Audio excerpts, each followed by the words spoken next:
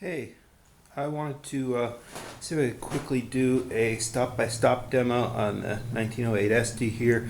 I'll go over some of the things on the cabinet restoration first. The top part of the music desk had to be recreated because it was broken off flush with the top of the cabinet. So I couldn't emulate the carved design on the original because it had some very fine fretwork through this top part. Didn't have a clear enough idea of what it looked like to do a sketch and to draw it out and get it to work, so I just kind of skipped that part and made a simple, plain solid music desk top portion and glued it back up and refinished it. The fretwork that you see there for the sound openings on either side, that's a new piece of wood out of some old salvaged 1880s walnut, which was cool to have. On this, there's, get in close here, where's that at? I can't even see it now. That's telling it's a good thing. There's a repair, like right down here. Whoops, terrible camera work. There's a repair right here where a bullet hole got filled in, and then, oh, there it is. Then there's another repair right up in this vicinity where another bullet hole got filled in, so that's been patched, and then that board's been refinished. And this is a walnut one. I still have to recreate a piece of this molding that goes here. I have the corresponding piece of molding from the other side to refinish. Then along on the other side, I haven't put the little strap work fret sawed things back on because I haven't finished refinishing this one little section here. This is the one bullet entry hole that I'm going to leave. The other ones, like that one up here, that's been patched, and there's one down below on the back side that's similarly been patched, so I've done that. And this spot right here, that gets covered by the strap work thing, but that's where a piece of shrapnel went in, and I used a magnet to find what that was, and it was actually turned out to be iron, so I yanked that out and I've saved that little piece. There were some other pieces of shrapnel, like in this side cheek here had been pretty much I had a bunch of little pick kind of holes from shrapnel and stuff, and so I picked some glass out of that actually. But anyway, so there's the cabinet. The cabinet turned out, let me pull back. Cabinet turned out very pretty. It's just been like wet sanded with 1000 grit, and then had some new shellac put over it.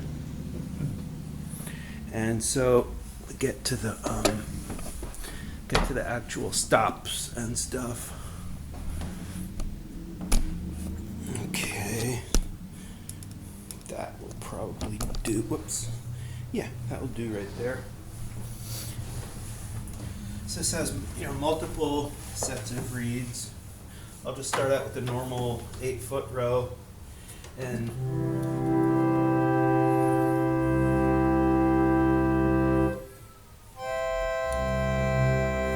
so there's the diapason row.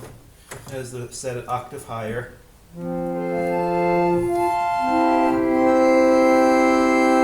The flute. And this flute's actually really nice.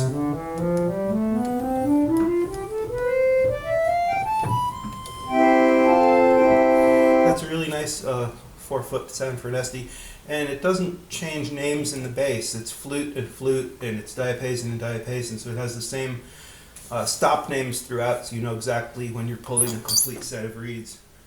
The great thing that I always like to find in an organ, and there aren't too many of them, is when it has a second and different sounding 8-foot row that goes all the way through. So this has an 8-foot oboe.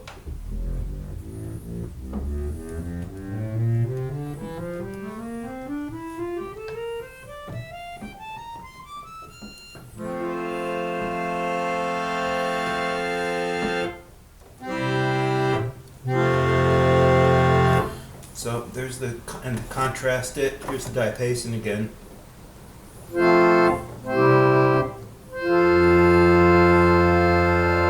So you put both of them together and has a much more interesting sound, and the bass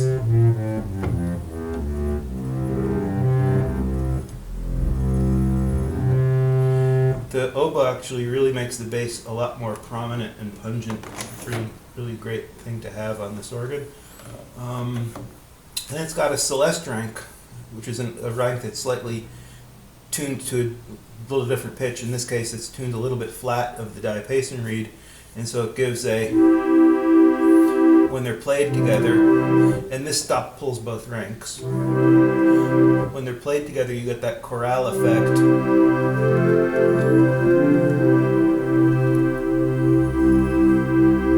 Where you get that wavering wah wah wah wah sound. And that on this organ, it's tuned pretty wide for Estey. Estey often tuned these for a slower beat, but this one is tuned pretty fast. It might have something to do with the idea that they called this the Salon organ at the time that they produced it in 1908. And at that point, for instance, if you were to order a harmonium, a pressure harmonium in the European mode, and you ordered a Salon model, it would have had string or undulating stops in larger numbers. And so the Salon organs were kind of designed for, there's a certain class of music at that point called, salon orchestra music, and it was, a harmonium and a piano and some string players in general, maybe some woodwinds, etc. But it was a small orchestra that could perform in a private home, as opposed to a symphony orchestra. So the Salon organs brought in more of the undulating stops because they thought that would be better for playing along with strings, and to give more of a fuller sound to the ensemble. So then the other thing we have here, we have sub bass, which is pretty normal. The sub bass is usually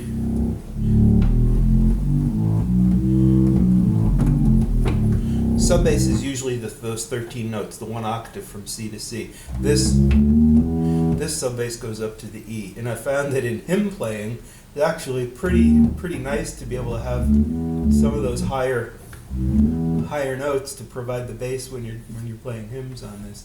And then in the treble, it's got a clarinet stop, which is another 16-foot stop. So the sub bass comes to here. Then in the same octave of pitch, the clarinet stop continues.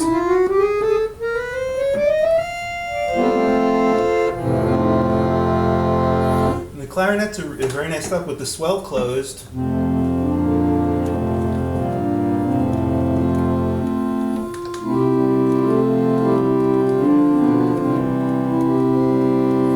It's a very rich sound. It's reedy, but it's rich, and it's has a mellowness to it. And even with the swells open, it's not too pungent and disagreeable.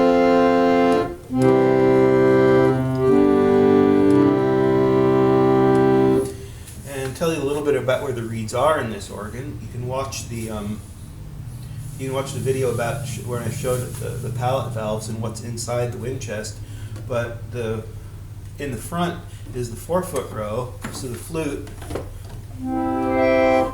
is right behind this board, right under the keys, and facing forward.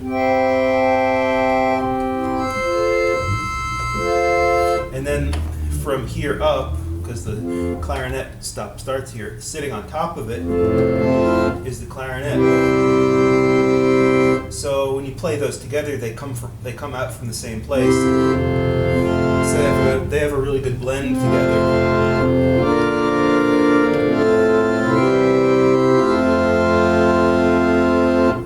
And now above the flute, on the bass side, from here down, is this other stop called the Aeolian harp, and this is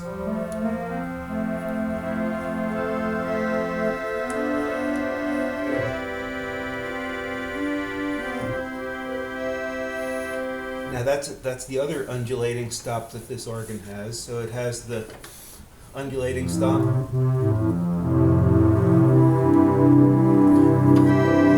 Has another undulating stop at 2 foot. So this is 2 octaves higher than the normal pitch. There's the normal pitch. There's 1 octave higher. There's 2 octaves higher. So, of course, there's just a 3-note chord, but it's played over, 4 sets of reeds. This is, of course, you can hear it undulating. So this is two reeds played together, and they're slightly out of tune.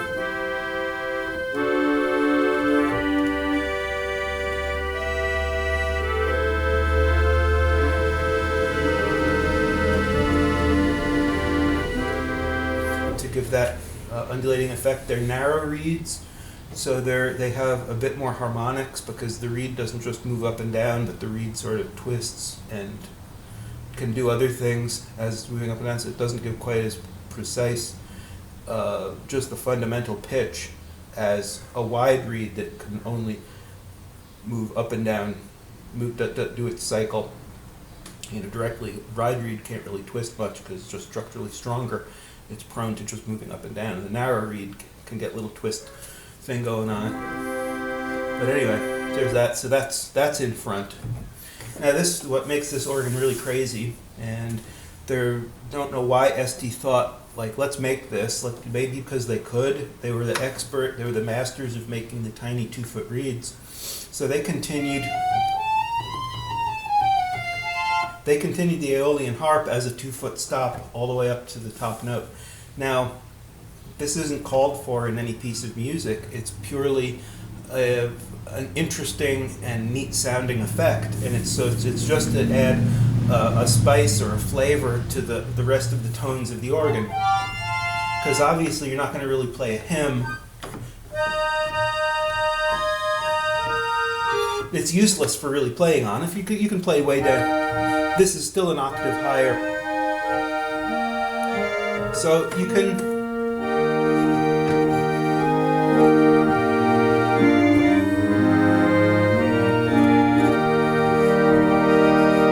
You can add the 4-foot, play an octave lower, so the 4-foot is an 8-foot, the 2-foot is a 4-foot.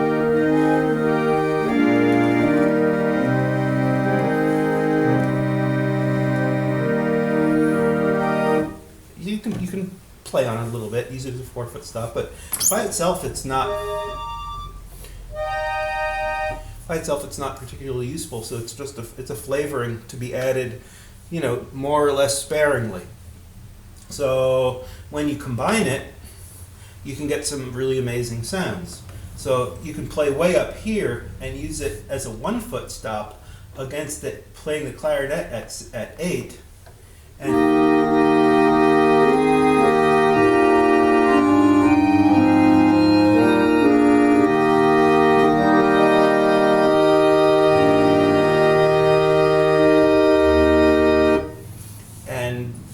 then you have one kind of an additional effect. So it really adds variety to all of the other stops. And of course on the full organ, it really sings out nicely too. Now the treble half of it, because the bass half is right down here, so the bass half of the Aeolian here, the treble half is split off, and it's in the back reed cell board at the very back of the instrument, and it's under 2 separate mutes. So when you open this now for the 2 different ranks, the sharp rank and the flat rank, you're opening 2 separate mutes. One faces the back of the organ, and the other sort of faces the middle of the organ, and they're both under swells, and the swells are opened by the knee lever, of course, because there's a normal set of 2 knee levers on this thing. So this one has a different kind of the break isn't perfect on them, so you get.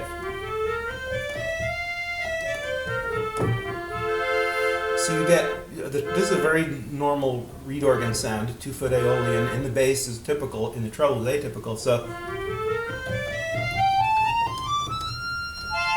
So it starts to become a little bit more brighter and prominent as it.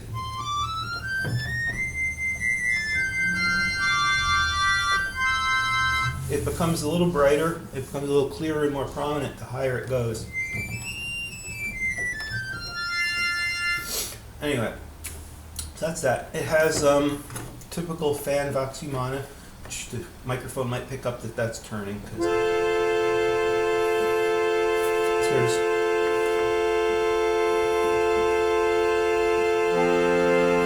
so that the vox humana is in the back. It's under. It most affects the oboe, but it can also affect the diapason a little bit. Diapason's also in back. It would affect the jubilante, but the jubilante is already going wah wah wah by itself because the way it's tuned, and it would affect the aeolian, but that's not something that you generally need to do because the aeolian by itself has a pretty good vibrato built into it. And it has a bass and treble coupler. So you say, oh, well, what big deal. Every organ has a bass and treble coupler. This one it's just the same coupler. It's an upward coupling coupler. So you hit this note, and that note also sounds. And you hit this note, and that note also sounds, if there was a reed there. If you hit this note, that note also sounds. But they divided it bass and treble.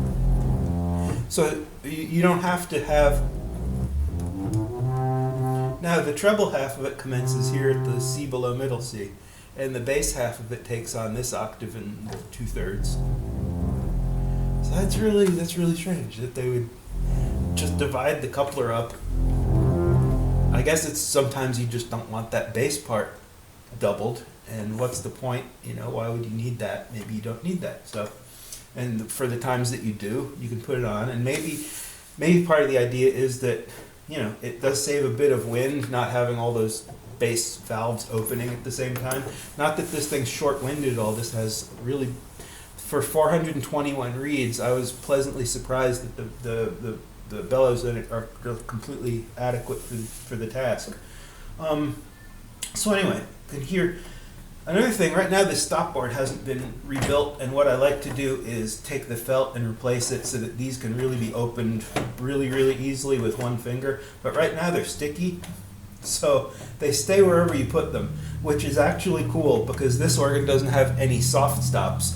And the way this stop mechanism is arranged and built, the stops open gradually as the stop is drawn. It's not sort of a definite on or off thing where it reaches a point and then it's all open. These are incremental. So since they're sticky, I can also just pull them part way out and get soft stops, because here you have a reed organ that's completely straight. Every stop opens a full set of reeds. There's no half stops, half draw stops, no soft stops in the organ. So you're sort of limited as to what you can, if you want to play really softly, all you can do is just barely pedal. But still, the tone quality really changes when the mute is half closed. So with these sticky stops, they're not like have to pull with two hands or anything. They're just not as free moving, so that you can just retire them with one quick push and they snap shut. And of course, that's the other good thing, that when they do move freely, they tend to be louder. But now I have beautiful soft stops that are as needed.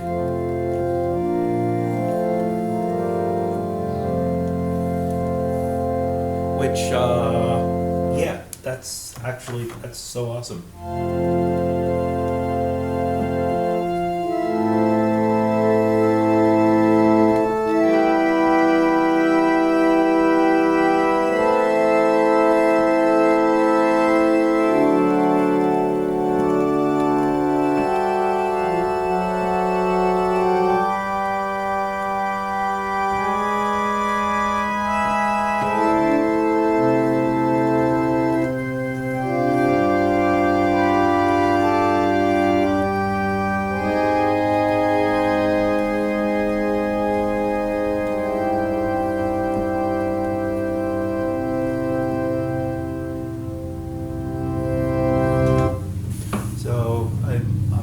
Enjoying this point in the restoration where the stops can just be pulled halfway open. It gives so many more effects. It doubles the amount of combinations that you have. So you can make the oboe. You can just add a bit of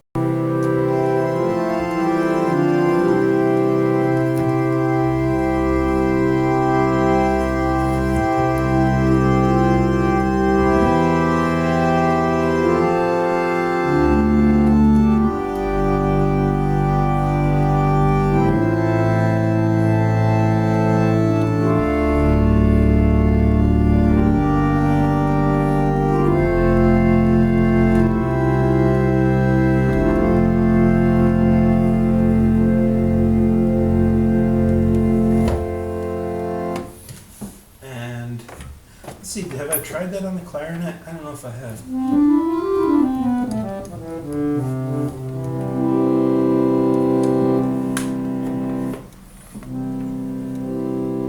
Yeah, you can get a soft clarinet too. That's cool.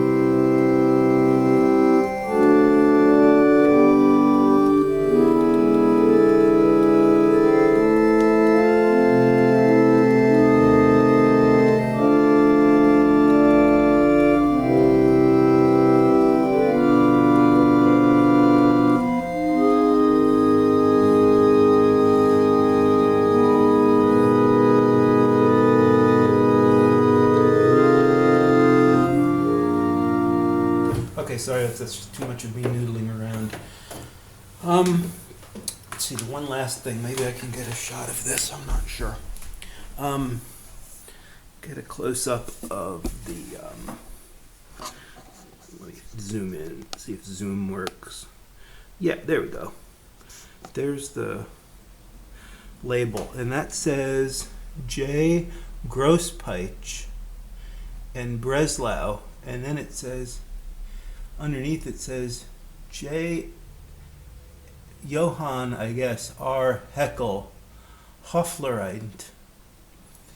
That might mean successor. I don't know. I'm sure my German friends will correct me on what that says.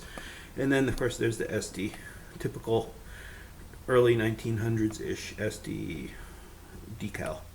And that plate there from Breslau, Germany, that's brass. That's been enameled, etc., polished brass with the black enamel around it. It's held on by some tiny little screws or something. Alright, so anyway, thanks for watching this, and let's go out. There's the Estey Salon organ of 1908, one in walnut and one of two of this case style in action. All right.